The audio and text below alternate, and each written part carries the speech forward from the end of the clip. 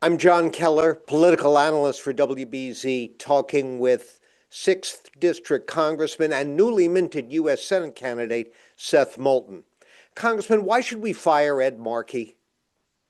I just don't think we can wait 6 years for new leadership in our party.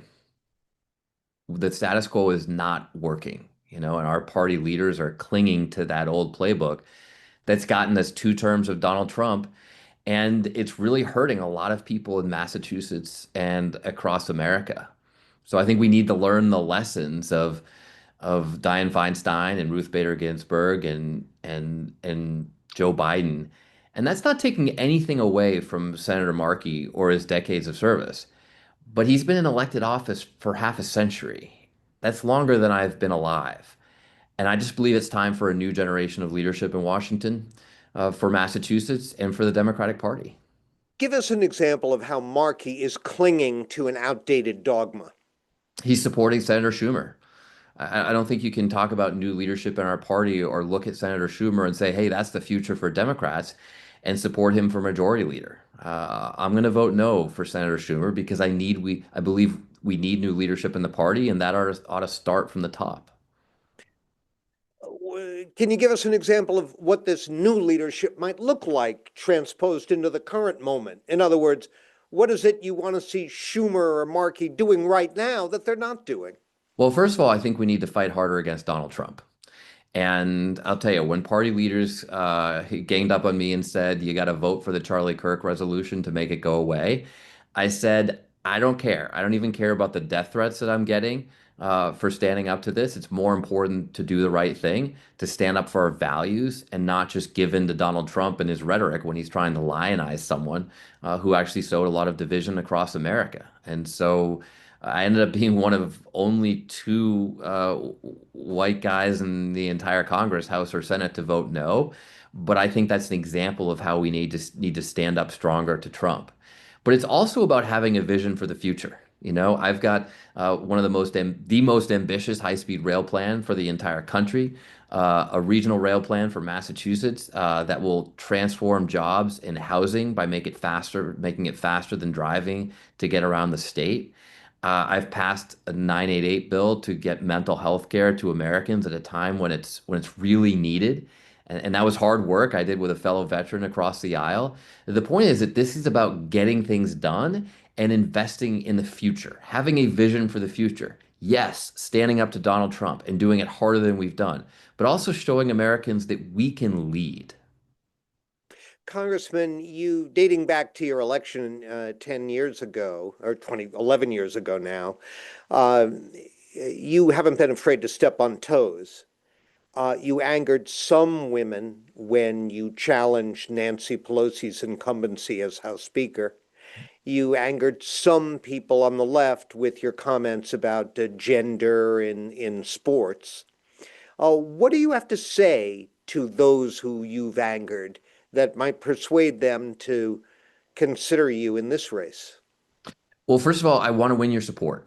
My intent is not to anger people or to hurt people, but to be willing to have a debate about the future of our party, to be able to have a debate about tough issues, to be able to really chart an agenda going forward that shows Americans a vision for the future.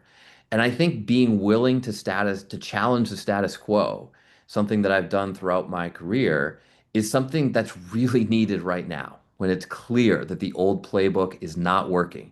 Trump is in his second term. He's being absolutely vicious in how he's hurting people across America and right here at home in Massachusetts. So we just can't keep using that same old playbook. We can't keep doing the same old thing. And that's going to require stepping on some toes to make change. But that's okay. We need that right now. In what way has Ed Markey not been suitably antagonistic toward Trump? Well, I gave you a couple examples earlier, but I think that if you look at what's happening right now, I mean, we are in this mess in a second shutdown in a few months because the leadership in the Senate just didn't do the right thing and did what we did in the House last time around and Right, but that's not stand up to Markey. Donald Trump. What about Markey? You made the points about Schumer. What about Markey? What's he done wrong? Look, I think Senator Markey and I agree on a lot of the issues, but it's a question of, is this the best fight that we can take to Trump? I mean, look at how I grilled Hegseth in that hearing before the House Armed Services Committee. We need that kind of fire. We need that kind of holding people accountable. Look at how I called this is the honest truth, and people were upset by this, but I said Donald Trump is a coward with the way that he handled Zelensky in the Oval Office during that infamous first meeting. I think we need that kind of straight talk about just how vicious and horrible the Trump administration is. When I called ICE agents the modern day Gestapo for rolling up people in masks on the streets of Boston and Somerville just because they say things that the Trump administration disagrees with, a lot of people said that that's too harsh or it's going too far. I don't think it's ever going too far to tell the truth. Congressman, I'm sure you paid close attention at the time and have looked back on Joe Kennedy's failed challenge to Ed Markey 5 years ago. What did you learn from Kennedy's failure?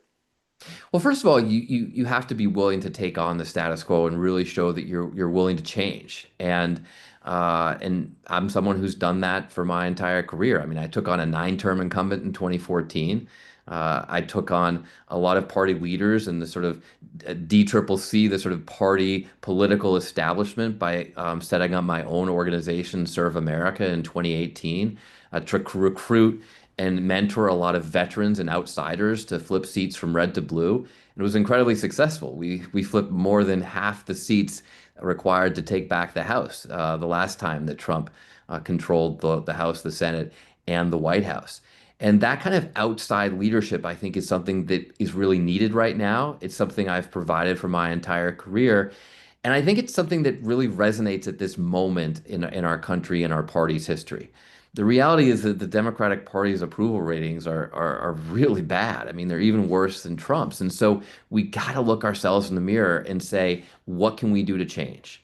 I'm someone who's willing to look myself and our party in the mirror and say, what can we do to change? And I'm willing to make that change happen. A final thing, Congressman, there's considerable speculation that your colleague, Ayanna Pressley, might also enter this race. What's your message to her? That she should join if she wants to be a part of this debate. I have tremendous respect for her, and if she doesn't decide to get in the race, I'd be honored to earn her support. And that's exactly what I told her when we were talking last night. Anything you want to add, sir? Uh, no, nothing right now, I think. Thanks very much for having me on. Thank you for joining us, and thank you for watching. Tune in to WBZ's Early News this evening for more on this story and my analysis.